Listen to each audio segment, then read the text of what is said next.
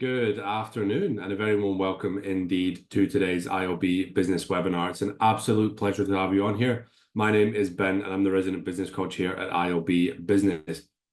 Now, a couple of things before we get started in today's webinar to make sure that you get the absolute most from today's webinar experience so that you really enjoy it. Okay, now, if you have any questions for me at all throughout the webinar, you're more than welcome to ask them. You can do so in the Q&A box at the bottom of the screen there. And we'll get to those questions for you at the end of today's webinar session during the Q&A segment.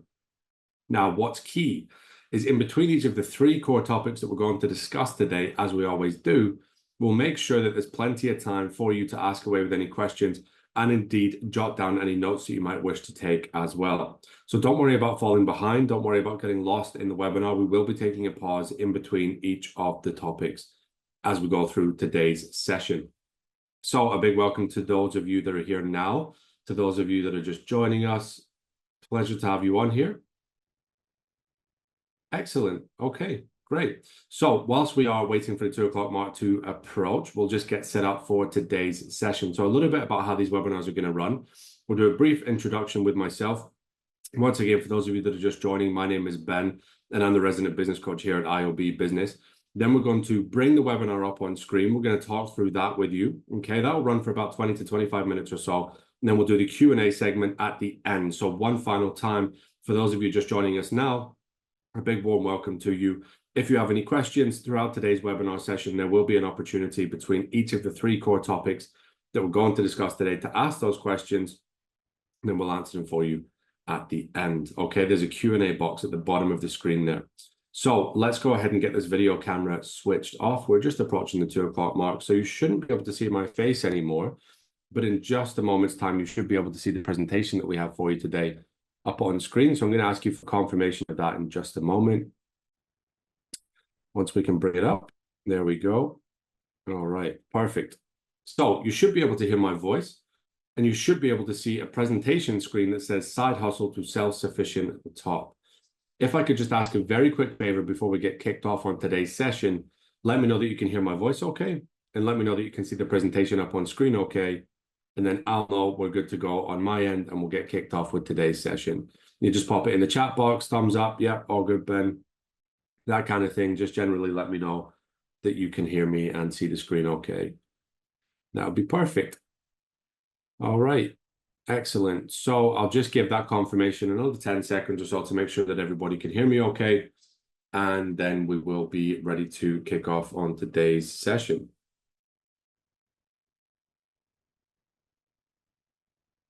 Perfect. Okay, good. Looks like we're good to go. So if you have any technical issues, not that we ever expect you to have any, but if you do, please do let us know and we'll do what we can to help you and get you back online ASAP. Otherwise, a very warm welcome again to those of you joining us now. And let's get ourselves kicked off for today's webinar session then. Side hustle to self-sufficient, how to start a business alongside a job. Now, this is a very, very important topic of conversation. It's one that we get asked a lot, and it's one that we're going to talk you through in good detail today. So we have a lot of people on this webinar, specifically, I would imagine, to try and look at potentially how to do something like this. And that's exactly why we're going to cover it in great depth for you. So once again, my name is Ben. I'm a business coach, and I specialize in working with small businesses, just like many of you on here, helping them achieve stability and growth. It's my passion. It's what I love to do, and I'm blessed to get to do it every day. So today's session, we're going to talk about three core topics. Let's talk about the first one. Remember that you're on the clock. Okay, this is a big one that we're going to talk about. We'll spend a good amount of time on this to make sure that we fully understand all aspects of time management and how it's going to affect us if we're looking to start a business alongside a job. Number two, profits are to be reinvested. This is a big one, okay? It's very, very important, and it's something that can slow down the growth of our business if we don't look at it properly. And number three, new contacts are always to be made.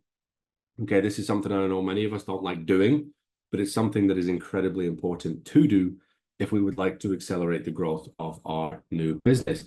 Okay, so once again, if you have any questions, feel free to ask them. You can do so in the Q&A box at the bottom of the screen, and I'll get them for you during the Q&A segment at the end of today's session. All right, so let's get kicked off then with topic number one. Remember the fact that you're on the clock. Bear with me, my voice might be chopping in and out today, but we'll see how we get on.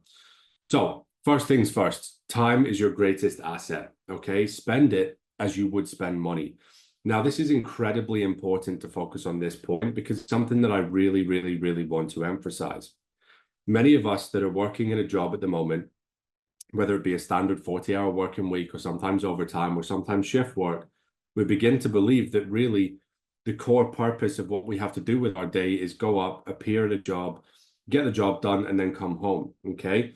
Now, it is within our mental belief system a lot of the time that this time that we're spending at work is really the only available hours to be used on work. So when we come home, it doesn't really occur to us, well, actually, should I schedule half an hour here, an hour there to work on the business? Okay. Now, here's the really important part. You know that that is true, that you can schedule additional time, but there are many obstacles getting in your way to wanting to do that. Okay. Now, the reason I say that is because you're probably thinking to yourself now, well, we'll state the obvious, Ben. I know that there's additional time around my working hours, but I'm tired. I want to watch TV. I want to eat my dinner. I want to do whatever it is that you want to do. And I completely understand this. So a really, really good strategy around this is to build yourself a time management calendar. Calculate from the minute that you get up exactly how long you're at work for, when you leave, what the morning routine looks like, when you get home, how much time you have on the other side of your work. And you'll begin pretty quickly to be able to highlight slots where you could get something done. Okay. Now, I did it for a long time. I worked a full-time 40-hour-a-week job, came home, worked on my business. It's not impossible. It's not easy, but it's not impossible. And this is something I want us to become so conscious of because it matters in every capacity. We have the morning from when we get up, what we then do with that time in the morning before we get ready and leave for work. We then have the distance or the length of time that it takes us to commute if you go to a physical place. We then have to travel home. We then have, the boss says to us, can you stay for an extra half an hour tonight? That could screw up plans on the other side. We have to become really, really, really strict with our time and how we spend it. Spend it as you would money, if not even more importantly, put more value on it than money because your time is your life. That doesn't have a value. So we need to begin looking at things this way. And one of the big reasons that many people start a business is to win more time back, is to begin living the life that they want to live and not the life that somebody else has told them that they have to live. Okay. So a common pain point of someone working a job alongside trying to start a business is a claim of lack of time. Okay. Now you would say to me, theoretically, Ben, I just don't have time. I work Monday through Friday. I get home at 6. Then I've got to make dinner. Then I've got to do the washing. Then I've got to do this and do that and do all these other things. Okay. There's so much going on, and I completely understand that.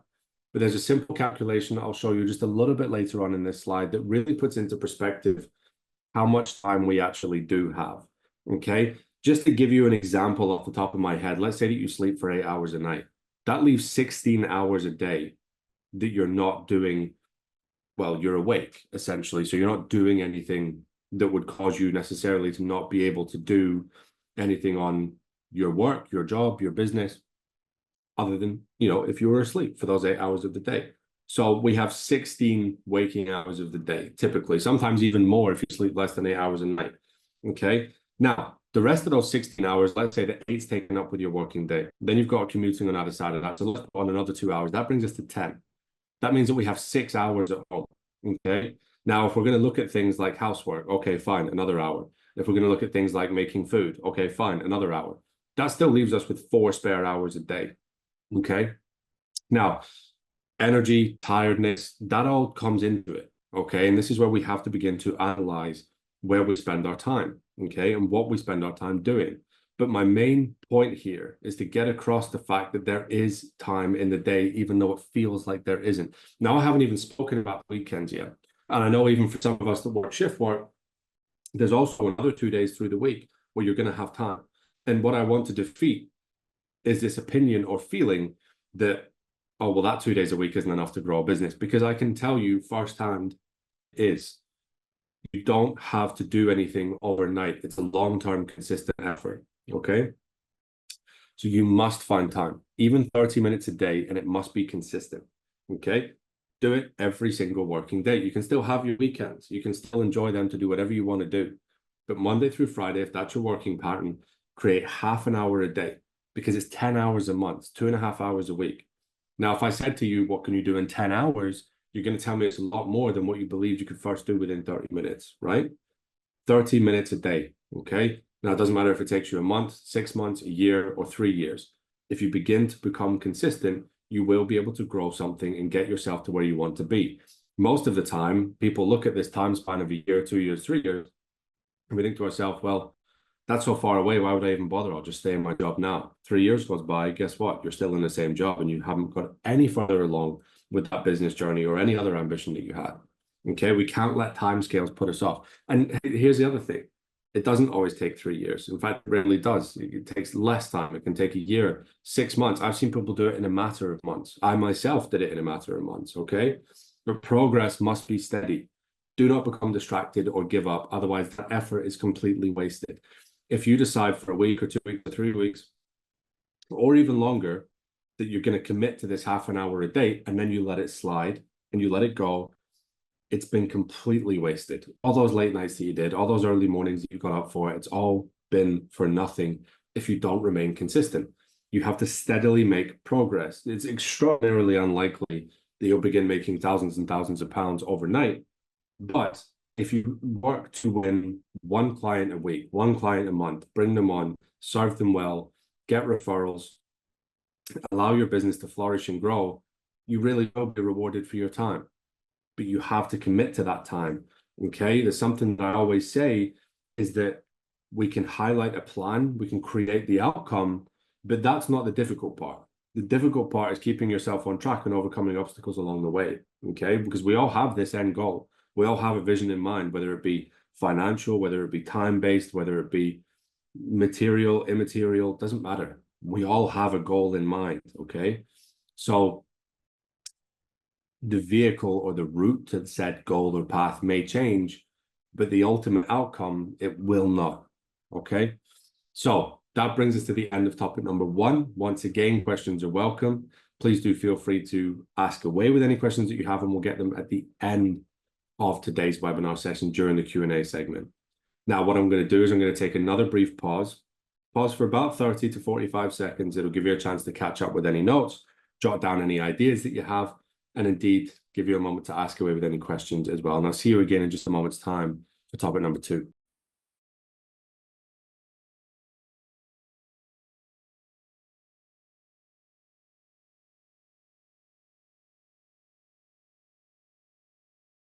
Perfect. Thank you for the question. I'll get that at the end for you, at the end during the Q&A segment. Okay. So let's move ourselves on to topic number 2 then. Profits are to be reinvested. So the first segment of today's webinar was all about time, how to spend your time, how to manage it, how to understand it. Now we're going to be talking about profits and how you can use them to grow your business. Okay. Now, it is tempting to spend side hustle profits on luxurious or non-essential items, okay? You're going to see throughout this webinar a consistent theme of us hitting really, really hard home truths that highlight things that might be uncomfortable, but we highlight them so that we can move through them and so that we can understand them. It is tempting to spend these side hustle profits, okay? Now, side hustle, if you're not totally familiar with that term, it's defined as something that you're doing alongside usually an existing form of employment. So say you work 9 to 5, you've got a side hustle that takes you half an hour a day and it earns you 500 quid a month or whatever. That would be considered a side hustle. The point at which usually it's no longer a side hustle and turns into a full-time business or a full-time self-employment role or whatever you end up doing with that is usually at the part when it begins to overtake what your salary is that you're currently earning from your full-time job. Okay. So it is tempting to spend these side hustle profits. Now, you can see a watch, a bag, a pair of shoes, a wallet, a car, doesn't matter, right? It's luxurious and it's non-essential, okay? Now, if you already have a car, you don't need a new one. If you already have a nice wallet, you don't need a new one. If you've already got a good phone, you don't need a new one, okay? Not right now. Now, the problem occurs here because somebody will be running a side hustle and somebody will be working a job. And what happens is that they are really proud of themselves for working very hard, as they should be. And they begin to feel, a level of exhaustion or a level of burnout or a level of tiredness or whatever's happened. Now, that could be due to bad time management. It could just be they've been doing it for a long time without a break, whatever that is. And they might say to themselves, oh, well, if I'm not going to buy myself nice things, then what am I doing this all for? And when you become tired and frustrated, it's extremely easy to forget the end goal here, because I'm guessing the origin reason of you deciding to start a side hustle was so that it would eventually take over your job, so that eventually you could work from home or work from an office of your choosing, full-time or part-time, or however you structured the business. And that's what you want to do going forwards. Okay. But it's so easy to lose sight of this goal because we have it written down somewhere and it gets lost in the archives, or it's something we said to ourselves 6 months ago. And you know how life gets. Life is busy, so we can forget these things. So it becomes tempting to be, oh, I like those clothes. I like that car. I have an extra £500 a month now, so I can finance a new car over 3 years. But guess what happens when you finance that new car? All the profit is then sucked out of the business, and you've got nothing to reinvest into the business. Okay. And that's how you get stuck in a trap. That's how you get stuck in a cycle of never being able to grow. Because if you're always spending the money that could otherwise be used to grow the business, there is nothing of which to be able to grow the business with. So we end up in this continuous cycle. Now, what must be remembered is how our decisions now will affect our life later. So when I'm talking to you about long-term decisions, we want to have this business or that business in 2 years, 3 years, 4 years. It seems so far away, as I said in the first slide, but you have to begin working on that at some point in time. So if you start today, it'll be 3 years and 364 days, not 4 years. Okay. And each day the time goes down. If you don't start anything, you will never reach that point. Okay. Now, like I said, it doesn't have to be 4 years. It could be 1, it could be less, it could be months. It's just an example. But what must be remembered is how the decisions that we make right now today will affect our life later on. Now, typically, we can look at this with taking out, whatever decision, business-wise, personal-wise, and we think, okay, well, how's that going to affect me in 3 years' time? We think about that in lots of other ways, but generally speaking, we don't necessarily think about it when we have a little bit of spare money from the side hustle. And we think, oh, well, this month I'll just buy those shoes, and then next month I'll save it and I'll reinvest it. It's not how it works. We have to be consistent, okay? Because bad habits will begin to grow if we don't check them and monitor them now. So reinvesting into the business allows for compounded returns month on month, okay? Now, compound returns are cool. Reinvesting in the business is cool. So let's talk about both of them, okay? Now, what we're going to do is talk about the fact that when we invest into the business, if we've done it correctly, something good usually happens, okay? Now, what we also have to consider, as we said earlier, is that the end result will stay the same, but the vehicle towards the end result may change or have to be different. And it's very, very important that you don't lose motivation on this, because this is a barrier I speak about a lot with a lot of coaching clients. And what happens is you decide to say you invest in a social media advertising setup and you expected better returns. You become demotivated after 2 weeks when we originally agreed to do it for 3 months, okay? So what happens here is it stunts the progress because we didn't give it time to fully develop into what it potentially could have been. Now you start to see how we're focusing more on the long term than the short term here. We have to commit to things for periods of time, because reinvesting our profits into the business, it's not an immediate thing. It's not immediate gratification like buying a new bag is, or a new wallet is, whatever that is, doesn't matter. Okay, buying a material item now gives us that immediate gratification to say, great, well done me, I've done a good job, here's my reward. Reinvesting into the business feels for a while like you're almost doing nothing, okay, because you're putting money to ads and you might not be seeing any immediate return. Now, it's not just advertising. It can be in software, it can be in help, it can be in assistance, from outsourcing or contracting to grow the business, however you choose to do it. Reinvesting into the business is what grows it, okay? Businesses don't grow themselves. They don't grow on their own, okay? They need nurturing, they need support, they need injection of finances at certain points in time. So reinvesting into the business that allows for these compounded returns, okay? So let's say first month you make £100 profit, okay?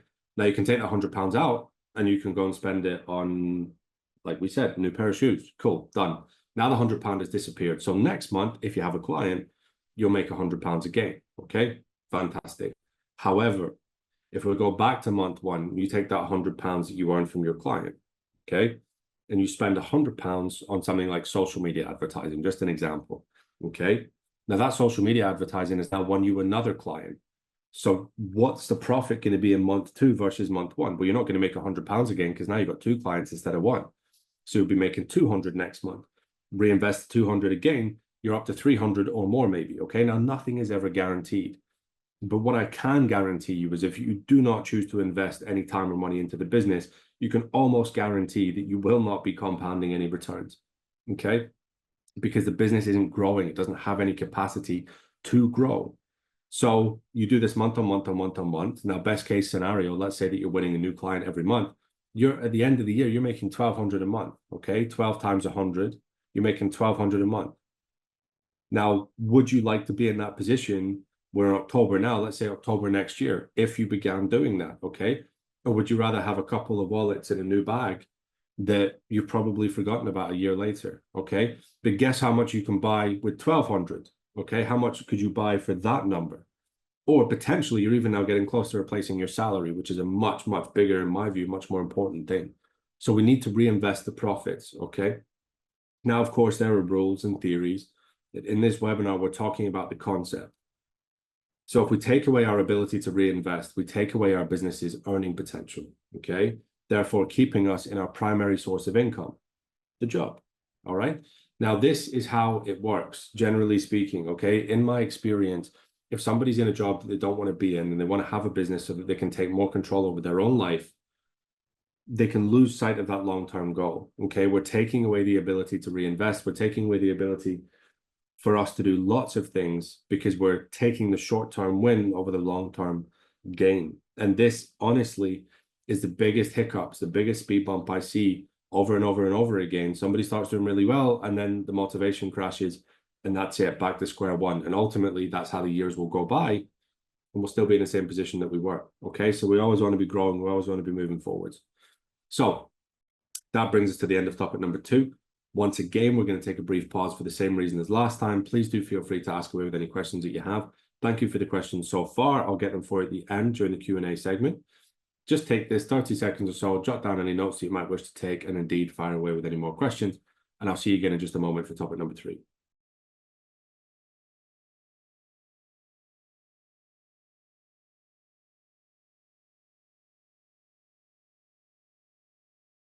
All right, perfect. So let's move ourselves on to the third and final topic then. Side hustle to self-sufficient. New contacts are always to be made. All right. Now, new contacts can open up doors that you didn't know existed. Okay. Now, again, I'm speaking from personal experience here. If we're looking to launch a business, your contacts, your network, they are so, so, so important because somebody might know somebody who knows something that you don't. Somebody might have an opportunity somewhere else that you've never been or didn't know about. Okay. New contacts can open doors that you didn't know existed. And I personally, firsthand, can say I'm not the biggest fan of networking events. I don't particularly like online networking events. I don't particularly like in-person networking events. But almost every single time I've went to one, I've met somebody who can provide value in some way, shape, or form to me or my business. And I'm hoping that I'm doing the same for other people, okay? Because the relationship has to be balanced, give and take. So new contacts, they can open doors for you in ways that we couldn't have thought of before. And this is the beauty of speaking with other people, learning from other people, listening to things that we didn't always listen to before, okay?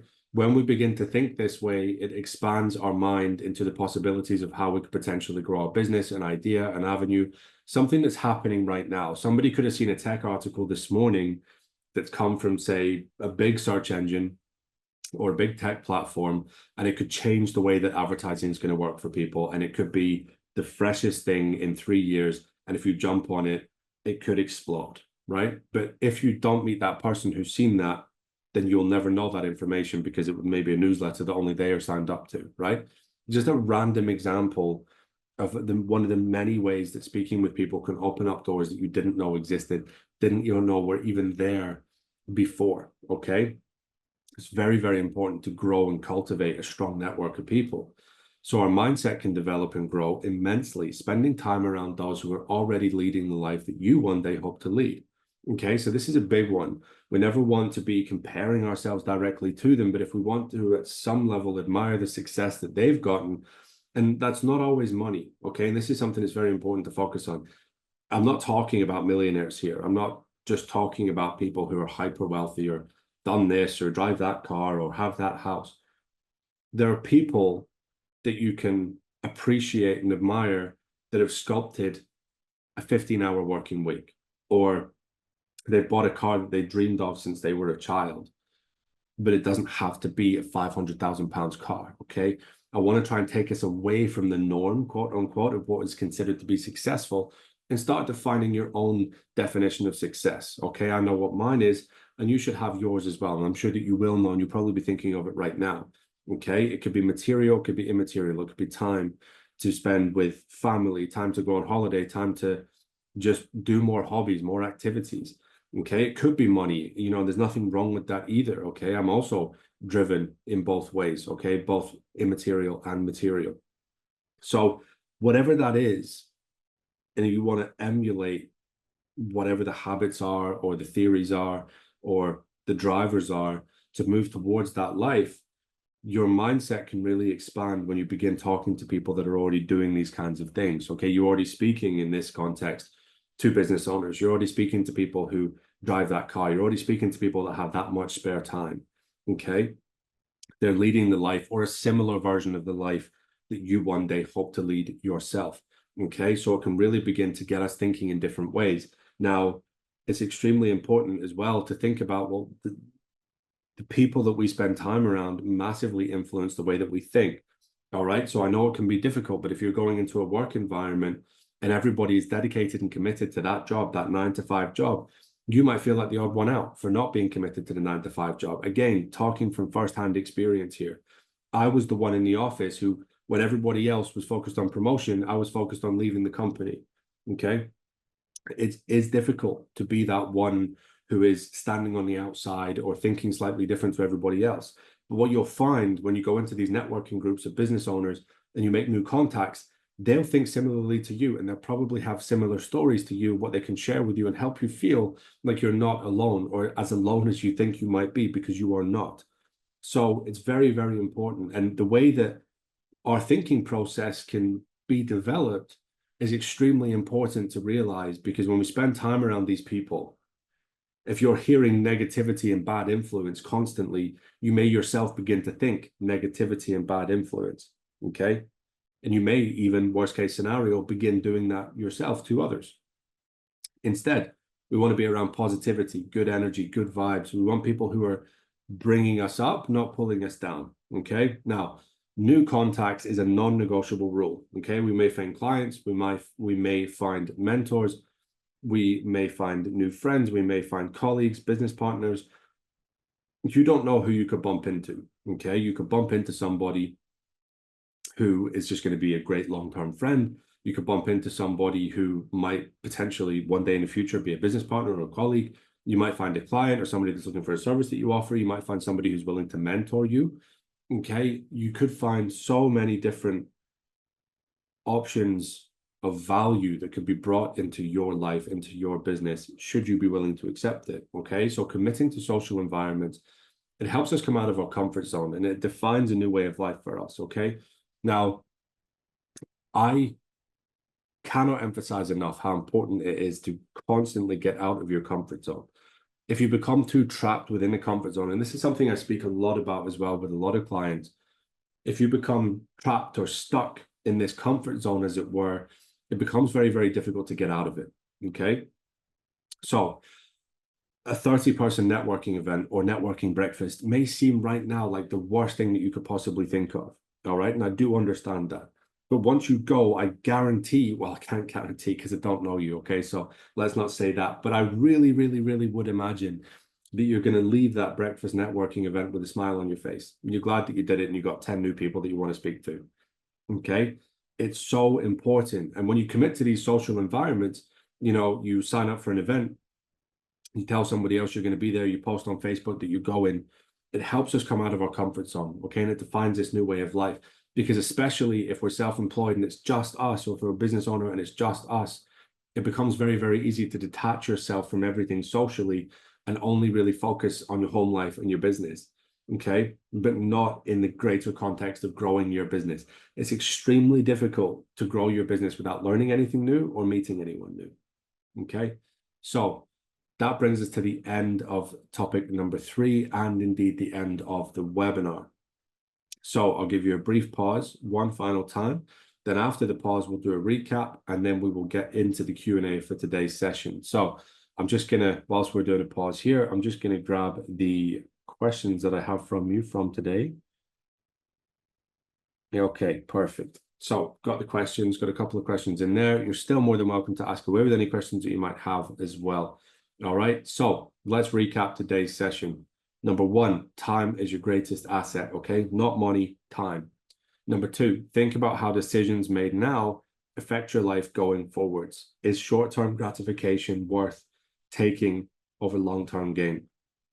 And finally, leave your comfort zone, okay? Do not stay in it. Do not get stuck in it, because if you do, it becomes very difficult to get back out again. All right? So as always, just before the Q&A, a massive thank you for attending. If you'd like to talk to a member of our team, you're more than welcome to head over to iob-business.com/talk. And on there, you can book a call at a time that suits you. So if you follow that link that I'm going to leave up on screen for you there, you will go and see a calendar just like this one. Okay? Perfect. So I have a question here. When attending a network event, would you lead with the fact that you have a side hustle, or let people know that this is your business?